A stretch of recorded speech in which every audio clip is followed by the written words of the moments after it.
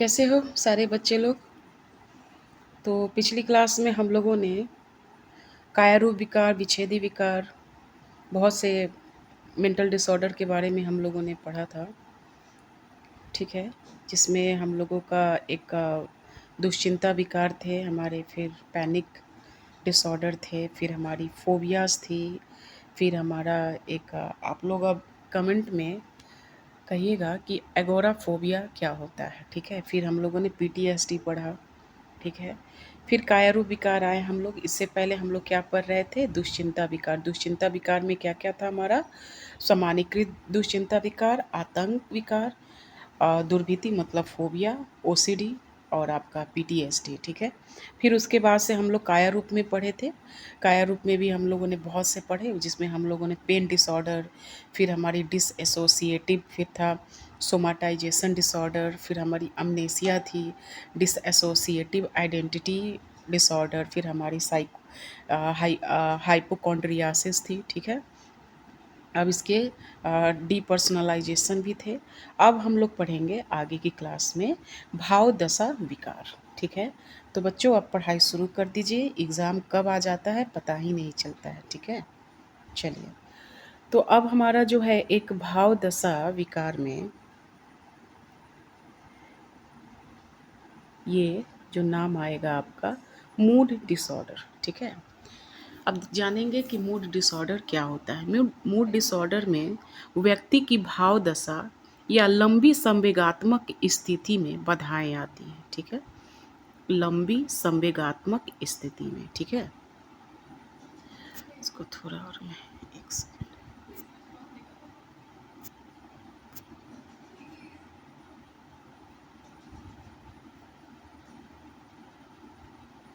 चलिए,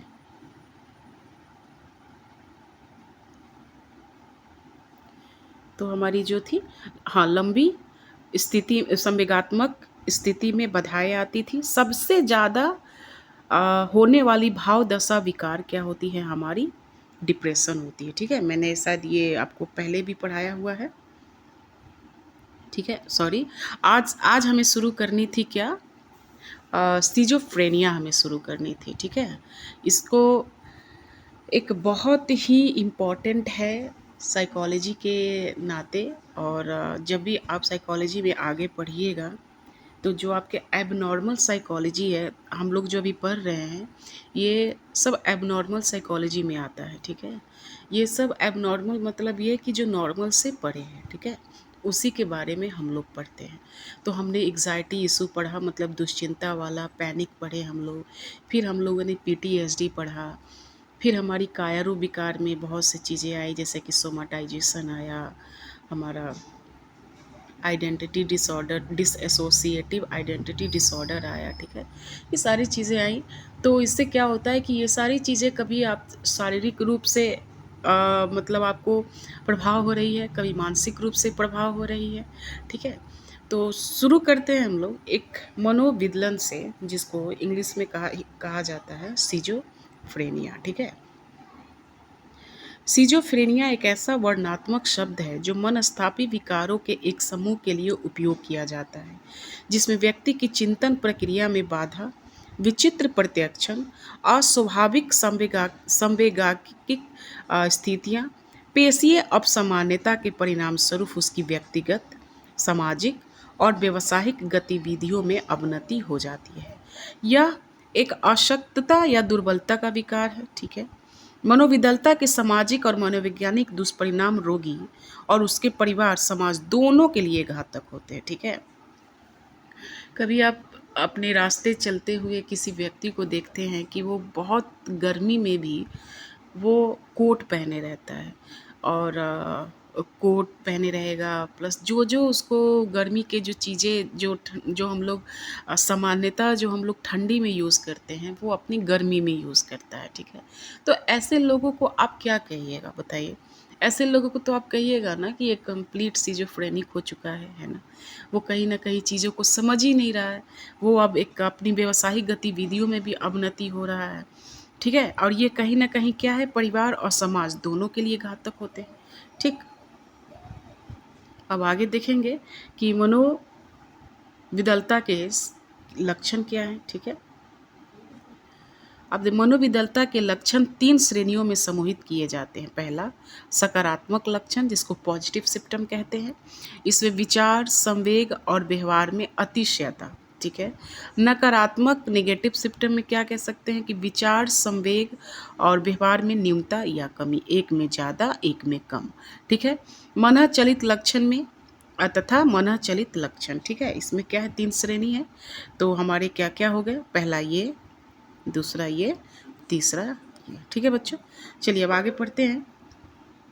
सकारात्मक लक्षणों में व्यक्ति के व्यवहार में विकृत अतिशयता तथा विलक्षणता का बढ़ना पाया जाता है, विलक्षणता का बढ़ना पाया जाता है। भ्रमाशक्ति, असंगठित चिंतन एवं भाषा, प्रवर्तित प्रत्यक्षण, विभ्रम, अनुपयुक्त मानव विदलता से अधिक। बाप रे, एनसीईआरटी की जो हिंदी होती है, माय गॉड, बहुत ही भयंकर होती है। चलिए हम सिंपल सी बात में हम समझाते हैं आपको कि सकारात्मक लक्षण में व्यक्ति में क्या होती है, विकृत मतलब डिसऑर्गेनाइज्ड उसकी सोच होती है, ठीक है ना। उसमें विलक्षणता का बढ़ना, उसमें किसी भी तरह का एक अपने आप को वो पावर महसूस करने लगता है, ठीक है। भ्रम शक्ति, डिल्यूजन, मतलब वो अपने आप के डिल्यूजन में है, मतलब वो बोलेगा, जैसे कि मैं आपको बताती हूँ, मैं एक ऐसे इंसान से मैं मिली हुई हूँ जो मेरे सामने वो बैठे थे और मतलब वो बोल रहे थे, करिश्मा जाओ, कटरीना जाओ। मतलब वो एक भ्रम में जी रहे हैं कि मेरे पास ना कटरीना कैफ आती है, मेरे पास करिश्मा कपूर आती है, समझ रहे हो ना। ये भ्रम शक्ति, डिल्यूजन में वो जी रहा है, ठीक है। उसकी चिंतन भी उसकी असंगठित होगी, चिंतन है ही नहीं, क्या असंगठित है ना। भाषा, उसकी भाषा तो सामान्य बोलेगा, लेकिन भाषा में उस सिचुएशन के अनुसार उसका बात का कोई मतलब ही नहीं है ना। फिर प्रत्यक्षण उसका अलग, विभ्रम आपको पिछले क्लासों में जब मैं वहाँ पढ़ाया करती थी तो मैंने आपको भ्रम और विभ्रम में अंतर बताया था, ठीक है। कमेंट में ज़रूर करिएगा कि भ्रम और विभ्रम में अंतर क्या है, ठीक है। अब आते हैं, चलिए मैं बता देती हूँ। देखिए, भ्रम वो होता है कि अगर आपको कोई चीज़ प्रत्यक्षण हो रही है, वो कहीं ना कहीं उससे रिलेटेड नहीं है। जैसे देखिए, अंधेरे रूम में, एक अंधेरा रूम में है, आप गए उसमें और अचानक से डर गए, ठीक है। आपने बेल्ट को क्या समझ लिया, सांप समझ लिया, समझ रहे हैं ना। लेकिन स्टिमुलस था, उद्दीपक था वहाँ पर, लेकिन आपका क्या था, आपने गलत समझ लिया, तो आपने कहा उफ, ये तो मेरा भ्रम था, ठीक है। कहने का मतलब कि भ्रम में कोई ना कोई स्टिमुलस आपके सामने मौजूद रहेगी। अब विभ्रम में क्या है, वो चीज़ आपके सामने है भी नहीं और उसकी तुम परिकल्पना कर रहे हो, समझ रहे हो। कि मतलब मैंने क्या बताया आपको कि एक व्यक्ति जो बैठा था वो मेरे सामने, वो बोलता था, एक कटरीना जाओ, एक करीना जाओ। तो ये क्या है, वो विभ्रम में जी रहा है, समझ रहे हो ना, कि उसको लग रहा है कि वो मेरे सामने है, और जो दूसरा कोई सामने बैठा है उसको दिख ही नहीं रहा है वो सब। तो समझ आएंगे, अरे ये तो गया ये आदमी, समझ रहे हो। तो इस तरह के हैं। अब हम लोग आएंगे सकारात्मक लक्षण में, जैसे हमने बता दिया आपको। अब हम लोग आएंगे मनोविदलता। अब मनोविदलता से ग्रसित कई व्यक्तियों में भ्रमाशक्ति विकसित हो जाती है, जो मैंने आपको बताया, डिल्यूजन। भ्रमाशक्ति एक झूठा विश्वास है जो पर्याप्त आधार पर बहुत मजबूती से टिका रहता है, समझ रहे हो ना। मतलब बात में दम नहीं है, लेकिन वो जरूर कहेगा ना, है कि इस तरह से, ठीक है। इस पर तार्किक युक्ति का कोई प्रभाव नहीं पड़ता है। मतलब बच्चों, इसमें लॉजिक बातें उसको अच्छा लगेगा ही नहीं, ठीक है। वास्तविकता में जिसका कोई आधार नहीं होता। मनोविदलता में उत्पीड़न, ब्रह्माशक्ति, डिल्यूजन ऑफ परसिक्यूशन सर्वाधिक पाई जाती है। इस तरह ब्रह्माशक्ति से ग्रसित लोग ये विश्वास करते हैं कि लोग उनके विरुद्ध षड्यंत्र कर रहे हैं, समझ रहे हो। उसको लगता है एनी टाइम वो सोचते रहता है कि मेरे प्रति ना कोई षड्यंत्र कर रहा है, कि आज मुझे वो मतलब ऐसे मारेगा, वो मुझे मतलब ये मुझ पे आरोप लगाएगा, समझ रहे हो ना। हमेशा वो षड्यंत्र मतलब वो हमेशा सोचेगा कि मेरे सामने वाला ना हम मेरे लिए हमेशा बुरा कर रहा है, ठीक है ना। उनकी जासूसी कर रहा है, उनकी मिथ्या निंदा कर रहा है, उन्हें धमकी दे रहा है, पर आक्रमण हो रहे हैं, जानबूझकर उत्पीड़न किया जा रहा है। मनोविदलता से ग्रसित लोगों में डिल्यूजन ऑफ रेफरेंस मतलब संदर्भ भ्रमाशक्ति भी हो सकती है, जिसमें वह दूसरे के कार्यों या वस्तुओं और घटनाओं के प्रति विशेष और व्यक्तिगत अर्थ जोड़ देते हैं। समझ रहे हैं सारे बच्चे? चलिए अब आगे हम लोग जाएंगे। ये आपने डिल्यूजन में डिल्यूजन हम पढ़ रहे थे सिजोफ्रेनिया में, जो ये नाम आया था ये नाम है डिल्यूजन, ठीक है ना। यहाँ से विकसित पहला डिल्यूजन कि डिल्यूजन होता क्या है, जिसमें क्या है कि आपका जो विश्वास जो कर रहे हैं वो अपर्याप्त आधार है, लेकिन वो मजबूती से टिका हुआ है बच्चों, ठीक है। तो इसमें हम लोगों ने पहला पढ़ा था ये जो डिल्यूजन में एक और डिल्यूजन क्या है हमारा, ये हमारा है डिल्यूजन ऑफ परसेक्यूशन, ठीक है। इसमें क्या होता है, इसमें सोचता है कि सब कोई मेरे प्रति क्या कर रहा है, षड्यंत्र रच रहा है, मेरी मिथ्या निंदा कर रहा है, मुझे धमकी दे रहा है, ठीक है ना। एक है आपका दूसरा हम कहेंगे डिल्यूजन ऑफ रेफरेंस। इसमें क्या है कि व्यक्ति दूसरों के कार्य या वस्तुओं और घटनाओं के प्रति विशेष और व्यक्तिगत अर्थ जोड़ देते हैं। समझ रहे हो ना, मतलब हम कहीं भी गए, मेरे साथ कुछ भी हुआ और हमने आरोप लगा दिया उन सब चीज़ों के लिए जो जिम्मेदार है भी नहीं। समझ रहे हैं। दूसरा है आपका डिल्यूजन ऑफ ग्रैंडियोर मतलब अत्यहंमन्यता भ्रम शक्ति में व्यक्ति अपने आप को बहुत सारी विशेष शक्तियों से संपन्न मानता है। उसमें लगता है कि उसमें बाहुबली वाला गुण आ गया है, ठीक है ना। उसको लगता है कि मेरे में बहुत ही शक्ति है, ठीक है। तथा नियंत्रण भ्रमाशक्ति मतलब डिल्यूजन्स ऑफ क्या कंट्रोल, ये आपका चौथा में वे मानते हैं कि उनके विचार भावनाएं और क्रियाएं दूसरों के द्वारा नियंत्रित की जा रही है। ये बहुत इंपॉर्टेंट है, डिल्यूजन ऑफ कंट्रोल। ये डिल्यूजन ऑफ कंट्रोल मोस्टली आप गांव में देखेंगे, जो कहीं ना कहीं जो हमारे सदियों से जो हमारी औरतें हैं वो अभी अभी मैं ये सिचुएशन देखती हूँ, अभी भी मैं सोचती हूँ कि 2 से 4% ही औरतें हैं जो इंडिपेंडेंट सोच वाली हैं शादी के बाद, वरना बहुत से ऐसी भी महिलाएं हैं जो कहीं ना कहीं किसी और के पति के कंट्रोल में रहती हैं। तो वही कंट्रोल एक व्यक्ति जो है उनके विचार और भावनाएं जो दूसरे के द्वारा नियंत्रित की जा रही, वही कुछ कुछ साल बाद उसको इस तरह की भावना आने लगती है कि डिल्यूजन ऑफ कंट्रोल, कि मतलब सब कोई मेरा पति तो मतलब मुझ पे कंट्रोल कर रहा है, मुझे पैसे नहीं दे रहा है, मुझे ये नहीं कर रहा है, ये सब, ठीक है ना। मैं बाहर जाती हूँ तो वो गुस्सा कर देता है, ये सब वो अपने आप दिमाग में क्या करती है ना, उपजा लेती है, ठीक है ना। यही है आपका डिल्यूजन ऑफ कंट्रोल। आगे चलते हैं। मनोविदलता में व्यक्ति तर्कपूर्ण ढंग से नहीं सोच सकता है, जो मैंने पहले भी आपको बताया है। यह औपचारिक चिंतन फॉर्मल थॉट डिसऑर्डर उनके संप्रेषण मतलब बच्चा होता है कम्युनिकेशन, मतलब आपके जो संचार हो रहे हैं ना, जो आप बातचीत कर रहे हो वही को कठिन बना देता है। क्या है यह औपचारिक चिंतन विकार उनके संप्रेषण को और कठिन बना देता है। उदाहरण के लिए एक विषय से दूसरे विषय पर तेजी से बदलना जो चिंतन की सामान्य संरचना को गड़बड़ कर देता है और यह तर्कहीन लगने लगता है। विषय के साहचर्य को खोना, विषय अवपथन, नए शब्दों या मुहावरों की खोज करना और एक ही विचार के अनुपयुक्त तरह से बार बार को दोहराना, ठीक है। एक ही विचार मतलब ये होता है कि अभी उसने कहा कि मैं तो वहाँ गया था, ये किया वो किया, कुछ साल बाद तुम अगर कुछ दिन बाद फिर से उस व्यक्ति से मिलोगे तो वही बात को रिपीट करता रहेगा। बहुत से लोग तुमको ऐसा मिल जाएंगे, ठीक है ना। छोटे पैमाने पे अगर ये बातें हो रही हैं तो इट्स नॉर्मल, लेकिन वो व्यक्ति क्या है कि रिपीटेड वो बात बोले जाता है। जब तुम मिलो तो कहीं ना कहीं बेटा वो अपना वो कहीं ना कहीं वो क्या है, वो फॉर्मल थॉट डिसऑर्डर के प्रति वो कठिन कर रहा है, मतलब चीज़ों को नहीं समझा पा रहा है। समझ रहे हो ना, समझा पा भी रहा है तो अब क्या ऐसे ऐसे बार बार वो बोलेगा किसी के सामने तो लोग भी तो वहाँ से भाग जाएंगे, है ना। अब आते हैं हम लोग हेलुसिनेशन में। क्या चीज़ में? हेलुसिनेशन, विभ्रांति इसको बोला जाता है। जो हम लोगों ने भ्रम और विभ्रम में हम लोगों ने पढ़ा था, भ्रम को कहा जाता है इल्यूज़न, और आपका जो विभ्रम है उसको कहा जाता है हैलुसिनेशन। वो कहते हैं ना कि मुझे हैलुसिनेशन हो रहा है, कि ऐसा कुछ हो रहा है बाहर, मतलब ये हम लोग नॉर्मल थॉट में बोलते हैं, लेकिन हैलुसिनेशन का मतलब बहुत विचित्र है। देखो कैसे,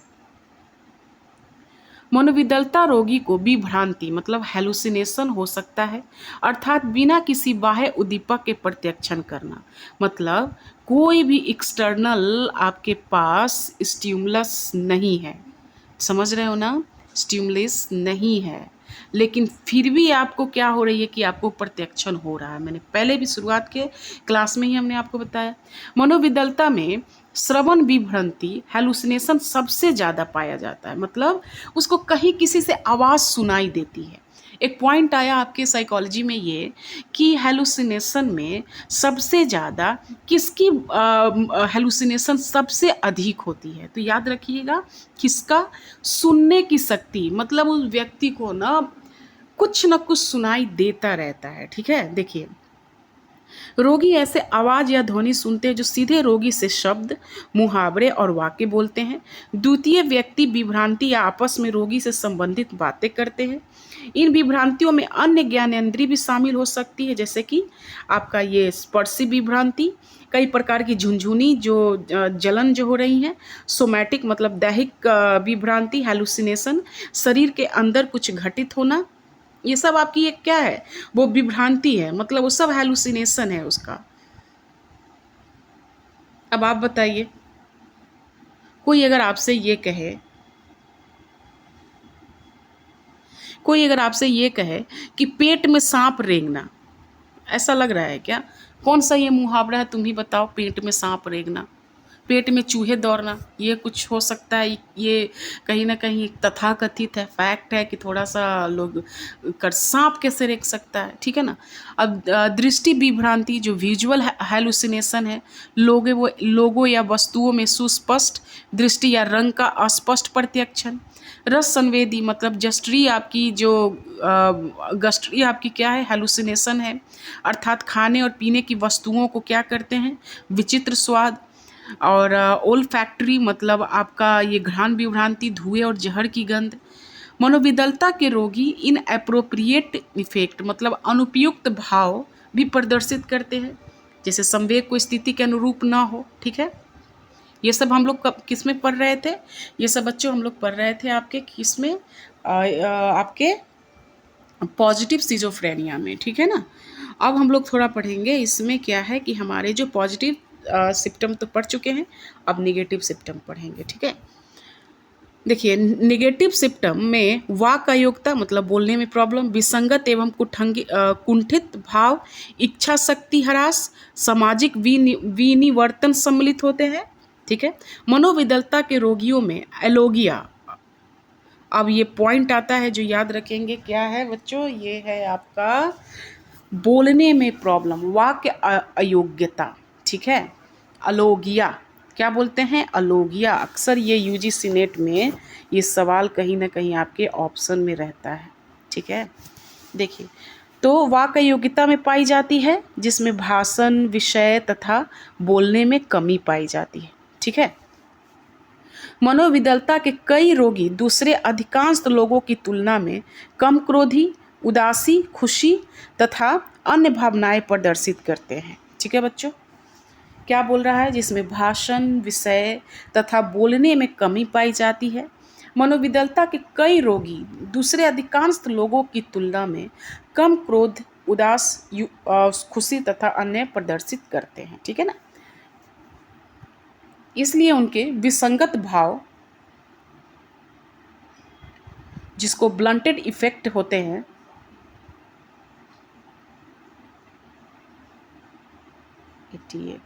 ठीक है, जो आपके क्या हैं,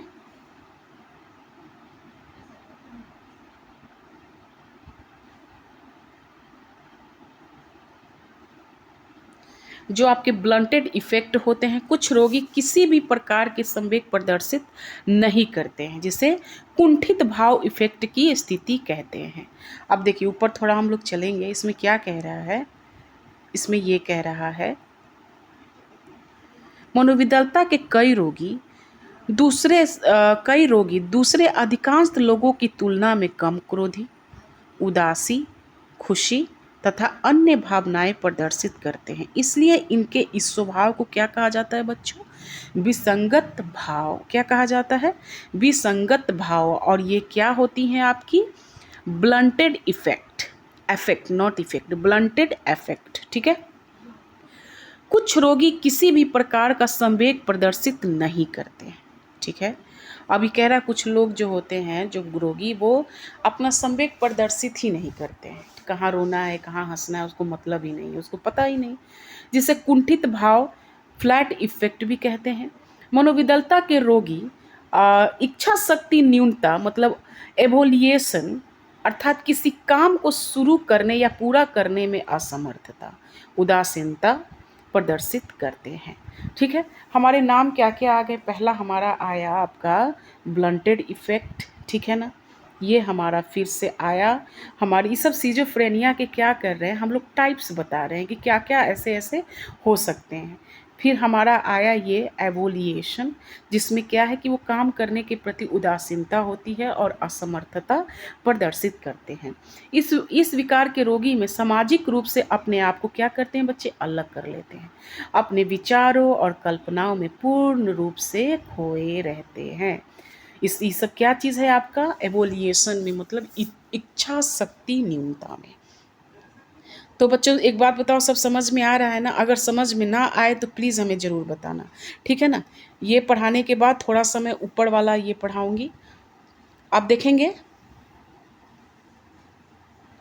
मनोविकलता के रोगी मनःचलित मतलब साइकोमोटर सिम्पटम। पहले हम लोगों ने क्या पढ़ा बच्चों? पॉजिटिव सिम्पटम, जिसमें हम लोगों ने क्या क्या पढ़े थे, आप रिकॉल करिए। फिर हमारे नेगेटिव सिम्पटम थे, जिसमें मैंने अभी आपको ब्लंटेड इफेक्ट, आपका एवोलिएशन बताया। ठीक है ना। फिर आपका क्या था? फ्लैट अफेक्ट बताया मैंने। ठीक है।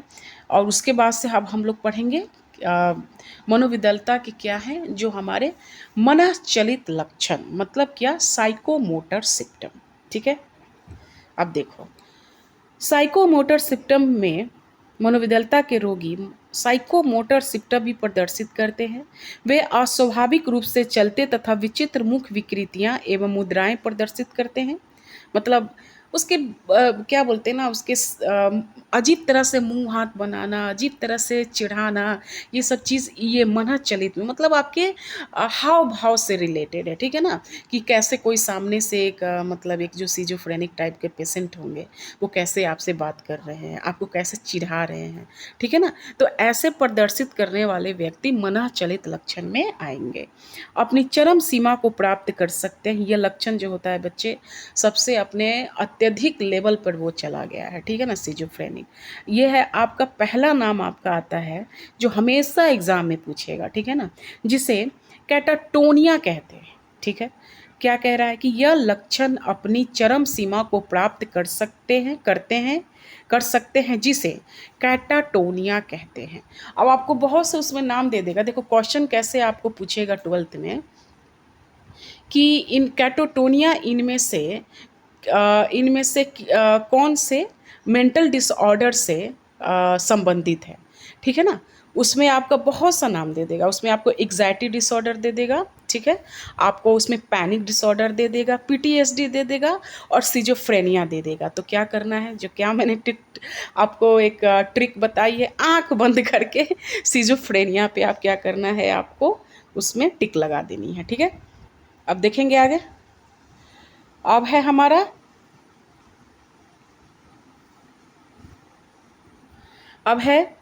अपनी चरम सीमा को प्राप्त कर सकते, जिसमें कैटाटोनिया कहते हैं। कैटाटोनिक जरिमा की अवस्था में मतलब कैटाटोनिक स्टूपर की अवस्था में लोग लंबे समय तक रोगी गतिहीन और चुप रहता है। ठीक है। इसमें साइलेंट। कुछ लोग कैटाटोनिक दृढ़ता मतलब कैटाटोनिक रिजिडिटी अर्थात घंटों तक एक ही मुद्रा में प्रदर्शित करना, और दूसरे अन्य जो होते हैं कैटाटोनिक संस्थिति मतलब कैटाटोनिक पॉस्चरिंग अर्थात विचित्र उटपटांग मुद्राओं को लंबे समय तक प्रदर्शित करना। मनोविदलता के उपप्रकार और उनकी विशेषताएं कहाँ पे हैं आपकी 4.2 में संक्षेप में किया गया है, जो अभी हम पढ़ेंगे। ठीक है, चलिए 4.2 यही है हमारा 4.2। उससे पहले हम थोड़ा 4.5 के क्रियाकलाप को भी देखते हैं। ठीक है, देखिए इसमें क्या कह रहा है कि क्या आप कुछ ऐसे चरित्र को जानते हैं जिन्हें आपने फिल्मों में देखा या पुस्तक में पढ़ा हो, जो ऐसे विकार से ग्रसित हो जो अभी तक आप पढ़ चुके हैं, जैसे अवसाद या मनोविदलता, और जो इस प्रकार की भ्रम शक्तियाँ प्रदर्शित करते हों। क्या आप निम्नलिखित में से पहचान सकते हैं कि कौन सी भ्रम शक्ति है? एक व्यक्ति जो यह मानता है कि वो भारत का अगला राष्ट्रपति होने वाला है। ये बताओ, ये क्या है आपकी कौन सी भ्रम शक्ति? यह सोचता है कि खुफिया एजेंसी पुलिस जो है आपके क्या कर रहे हैं बच्चों, षड्यंत्र। इसी में से आप देखो क्या है आपका षड्यंत्र वाला कौन सा था हम लोगों का? ये सब आपकी क्या है भ्रम शक्ति में, डिल्यूजन में। ये सब आपकी पॉजिटिव साइकोलॉजी में आएंगे, पॉजिटिव सिम्टम में आएंगे सिजोफ्रेनिक का। तो इसमें आपका आएगा क्या कि लोग उनके विरुद्ध षड्यंत्र कर रहे हैं। तो ये आपका क्या आ जाएगा बच्चों, डिल्यूजन ऑफ परसेक्यूशन मतलब उत्पीड़न भ्रमा शक्ति। समझ में आया कैसे क्वेश्चन हम लोग पकड़ते हैं? ठीक है ना। यह सोचता है कि ईश्वर एक अवतार है और कुछ भी घटित हो सकता है। ये कौन सी बातें हैं? ये सब आपके सिजोफ्रेनिक की बातें हैं। देखो इसमें क्या है, ये आपके डिल्यूजन ऑफ रेफरेंस आ जाएगा, क्योंकि व्यक्तिगत चीज़ों को हम लोग क्या कर रहे हैं, घटनाओं को कुछ जोड़ दे रहे हैं। ठीक है ना। अब हमारे ये आपका आगे क्या है, ये सोचता है कि सुनामी उसे अपनी छुट्टियों का आनंद लेने से रोकने के लिए आई है। ठीक है, यह वो मानता है कि उसका कार्य व्यवहार एक उपग्रह द्वारा नियंत्रित है जो पृथ्वीवासियों से कुछ लोगों द्वारा मस्तिष्क में एक चिपका। ये आपका किस में आ जाएगा बच्चों, ये आ जाएगा आपका डिल्यूजन ऑफ कंट्रोल में। और ये जो है आपका चौथा नंबर, ये आपका आएगा बच्चों किस में, ये आएगा आपका डिल्यूजन ऑफ ग्रैंडियोर में। समझ में आया? तो कैसे हम लोग कोई चीज़ों को मतलब जोड़ रहे हैं, कैसे समझ रहे हैं, समझना इज़ वेरी इंपॉर्टेंट। अंडरस्टैंडिंग बहुत ज़रूरी है किसी चीज़ का, और वो भी कॉन्सेप्ट के साथ। अब चलेंगे मनोविदलता के उप प्रकार। फिर से हम लोग आ गए DSM-4 में।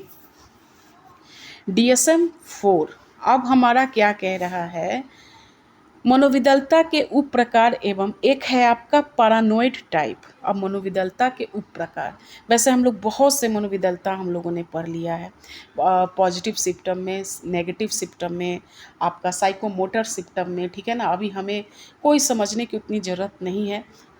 अब आप लोग समझ सकते हैं कि ब्लंट इफ़ेक्ट किस में आएगी, फ्लैट इफ़ेक्ट किस में आएगी, एवोल्यूशन किस में आएगी। ठीक है ना। फिर हमारा था क्या, और फिर हमारा था क्या, एलोगिया किस में आएगी, है ना। फिर हमारी एक जो हेलुसिनेशन है वो किस में आ रही है। फिर है इनएप्रोप्रिएट अफेक्ट किस में आ रही है, ओल फैक्ट्री हेलुसिनेशन किस में आ रही है, हमारी जो रस संवेदी विभ्रांति है किस में आ रही है, दृष्टि विभ्रांति किस में आ रही है। ठीक है ना। अब इतना तुम लोग जरूर समझ जाओगे। अब अगर लिखना एक नोट बनाना सीजोफ्रेनिया, ठीक है, उसके नीचे ये लिखना पॉजिटिव मतलब सकारात्मक लक्षण। सकारात्मक लक्षण में तुमने क्या क्या टाइप्स पढ़े वो बताना। ठीक है ना। यहाँ पे आपके सकारात्मक टाइप्स में बहुत से हैं, दृष्टि विभ्रांति, रस संवेदी। नकारात्मक में आपका क्या क्या है, अलोगिया है, और बहुत से इसमें क्या क्या नाम आपके आएंगे, ब्लंटेड इफेक्ट, फ्लैट इफेक्ट, आपकी इच्छा शक्ति मतलब एवोल्यूशन। फिर आपके साइकोमोटर मनः चलित लक्षण में क्या क्या आ जाएंगे, जो सबसे इंपॉर्टेंट कैटाटोनिया। इसमें कैटाटोनिया में क्या क्या आ जाएंगी, कैटाटोनिया जरिमा आएंगी, कैटाटोनिक दृढ़ता आएगी, कैटाटोनिक संस्थिति आएंगी। ठीक है बच्चों। तो इस तरह से क्या करते हैं ना कि हम चीज़ों को रिलेट करते हैं। ठीक है ना। उससे क्या होता है कि समझना आपके लिए क्या हो जाता है, आसान हो जाता है। चलिए लास्ट क्लास हम लोग ये करेंगे 4.2, उसके बाद से फिर हम नेक्स्ट सेशन में अपना क्लास कंप्लीट करेंगे। देखिए DSM-4 में पैरानोइड टाइप, ठीक है। देखो पैरानोइड मतलब ये होता है कि पैरानोइड में क्या है ना कि जैसे कि श्रवण विभ्रांति और भ्रमाशक्ति में ध्यान मग्नता, कोई अनुपयुक्त भाव या विसंगठित वाक्य या व्यवहार नहीं। देखिए इसमें क्या होता है कि पैरानोइड में ये लगता है कि हम ही को देख रहा है, ठीक है ना। हम क्लास में जाते हैं सब हम ही को देखता है, ठीक है ना। फिर हम खड़ा है फिर लग रहा है कि वो मेरे ही बारे में बात कर रहा है। मतलब वो क्या है ना कि अपने आप में वो अधिक मात्रा में अपने आप को इतना इम्पोर्टेंस दे रहा है कि उसको लग रहा है कि सारा लोग उसी को तो इम्पोर्टेंस ही देगा, ठीक है ना। तो ये है आपका पैरानोइड टाइप, ठीक है। अब आपके आ जाएंगे डिसऑर्गेनाइज्ड टाइप। इसमें आपका जो भाषा आप सही से नहीं बोल पाओगे, व्यवहार नहीं आपका हो पाएगा, अनुपयुक्त कुंठित भाव जो आप मतलब बोल ही नहीं रहे हो कभी कभी, ठीक है ना। और कोई कैटाटोनिक लक्षण नहीं, ठीक है।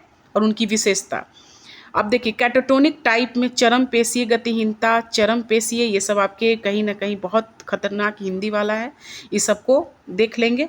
एक और है आपका जो रिसीड्यूल टाइप, ये बहुत इंपॉर्टेंट है एग्जाम के पर्पज से। एक है आपका अनडिफरेंशिएटेड टाइप जो योग्य नहीं परंतु लक्षण मापदंड के अनुकूल।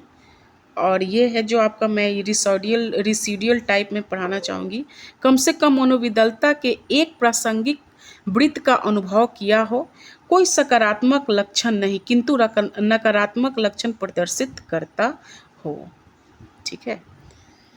तो इस तरह से हमारे ये क्लासेस थी। अब अगली क्लासेस में हम लोग क्या करेंगे, अगले क्लासेस में हम लोग अब शुरू करेंगे आपके क्या है व्यवहारात्मक एवं विकास विकार, ठीक है। व्यवहारात्मक एवं विकासात्मक विकार नेक्स्ट क्लास में। तब तक आप लोग खुद से भी पढ़ें, नोट्स बनाएं, ठीक है। एग्ज़ाम बहुत नज़दीक आ जाएगा। चलिए फिर मिलते हैं नेक्स्ट क्लास में।